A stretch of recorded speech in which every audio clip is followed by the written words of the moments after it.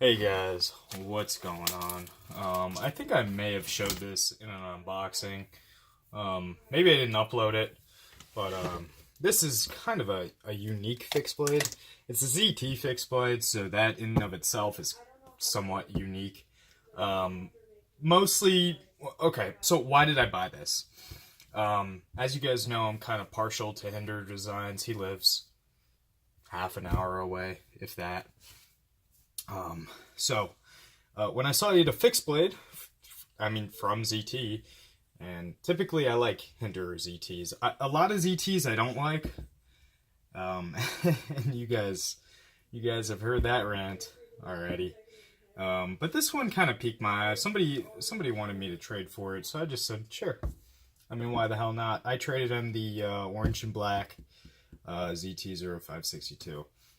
So I got this, and I got, I think, this blur with it. So pretty good trade. I actually really like the blur. This is not what the video is supposed to be about, but there's no side to side at all in this knife, and it drops shut. So, all right. Anyway, so mainly the reason why I was attracted to this, typically I don't go for fixed blades, is I don't know if you can see that steel there. It's VANADIS 4 Extra. It's a steel that isn't typically used in production knives. It did really pique my interest. It's almost like a 3V plus a little bit more edge retention, which I wouldn't say is a big complaint of 3V. I don't think people are saying, oh, it's not holding an edge well enough for me. Maybe some people are. I'm really not sure.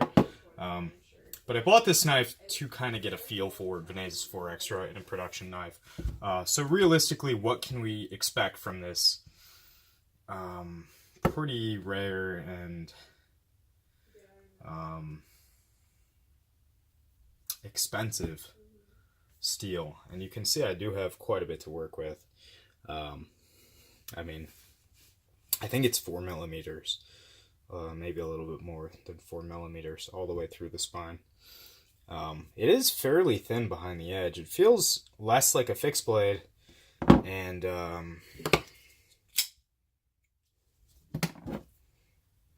it's maybe a little bit thicker than like a Kershaw blur, or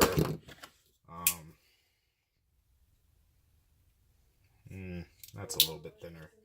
But in general, it's a pretty comfortable knife. It's probably not, it's definitely not designed to be draw cutting, I can tell you that.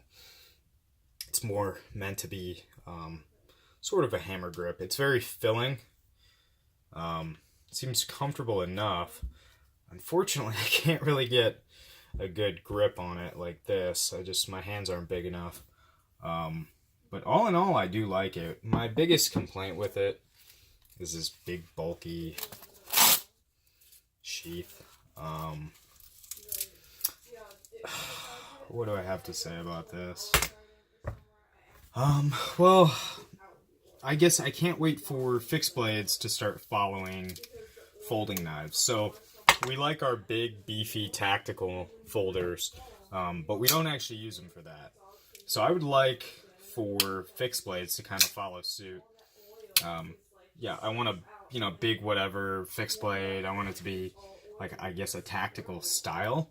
If this is a tactical style, I want more of this, maybe a little bit thinner, but I still want that tactical style. Now, I don't want this big, bulky fucking sheath.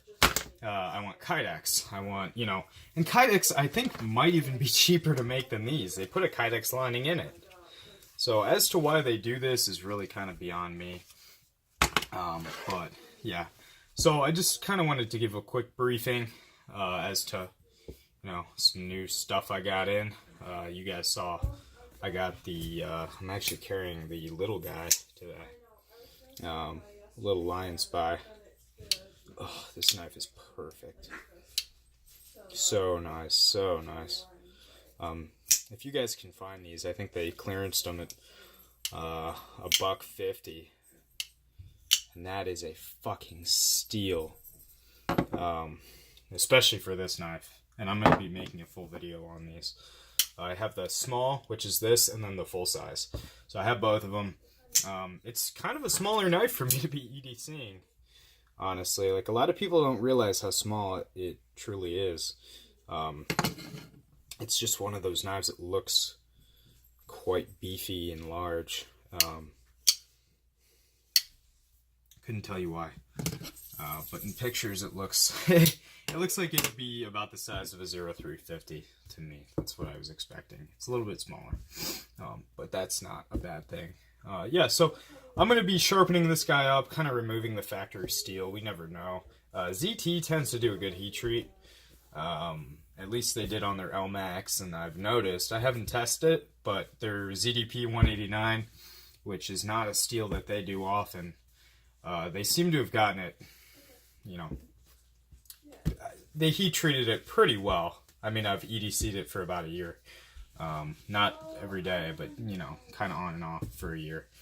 Yeah, so if any of you guys have like a recommendation for a Kydex sheath for this, hit me up, because I really need one. I think this is probably the ugliest, most disgusting thing I've ever seen in my life. But, I mean, the knife is so... It just... For those of you who handle fixed blades, you know, like, you know where they take shortcuts. You know what I mean? Like, a lot of times, like with K-bar, or the scales won't be flush. Like, these are perfect. If the steel wasn't cold, my house is a little cold right now, I wouldn't be able to tell what was G10 and what was steel. And, I mean, the coating on it is, it's an amazing coating. I think it actually might be a DLC coating. And not like this DLC coating, because this is actually not a DLC coating. DLC coatings have like a certain chatoyance to them. So they do catch light a little bit. If you guys don't remember, I think Mick Strider had something to say about this, or maybe it was Jim Skelton, I can't remember. But basically, a lot of what we think is DLC is actually just a PVD coating. So, that's something.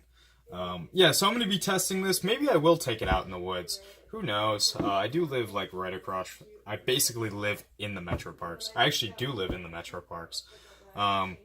So, I mean, I could take this out and really thump on it, see what we have, but I don't think I'm going to do that quite yet until all of my videos are done regarding toughness testing. Oh, there's a fucking fly. Toughness testing, edge retention testing, and stuff like that. So, stay tuned, guys. I'm going to be... What video am I doing tonight? I think I might do either S90V, M4, or N690 CO. I really like N690 as a steel. I mean, it dulls quicker, so you sharpen it more. But it's so easy to sharpen relative to the edge retention that you get. It kind of reminds me of like... I mean, I don't really have any experience with VG10. It reminds me almost of 14C28N. Like, it's almost... It's not... It doesn't behave like a carbon steel. Like, 14C28N kind of sharpens up like a carbon steel. I don't know if you guys have sharpened it before, but it sharpens up like one. It's not quite the same. So, what do I even compare it to? Yeah, but anyway, that's not what this is about. Who knows? Maybe I'll test this. I could test it with the factory edge, because it is like a brand new knife. The guy never used it. I have a ZT and Kershaw guy. So for those of you who wonder, like, oh, how did you get this for 25 bucks? I have like a Kershaw guy that goes to their outlet sale, and he'll hook me up like pretty good. So, oh, I hate this fucking sheath. What a fucking waste. And yeah, and it's got a big like 1.5 foot long string that just kind of hangs there. So, alright guys, I hope you enjoyed the video, and I will be seeing you guys later tonight. Woo!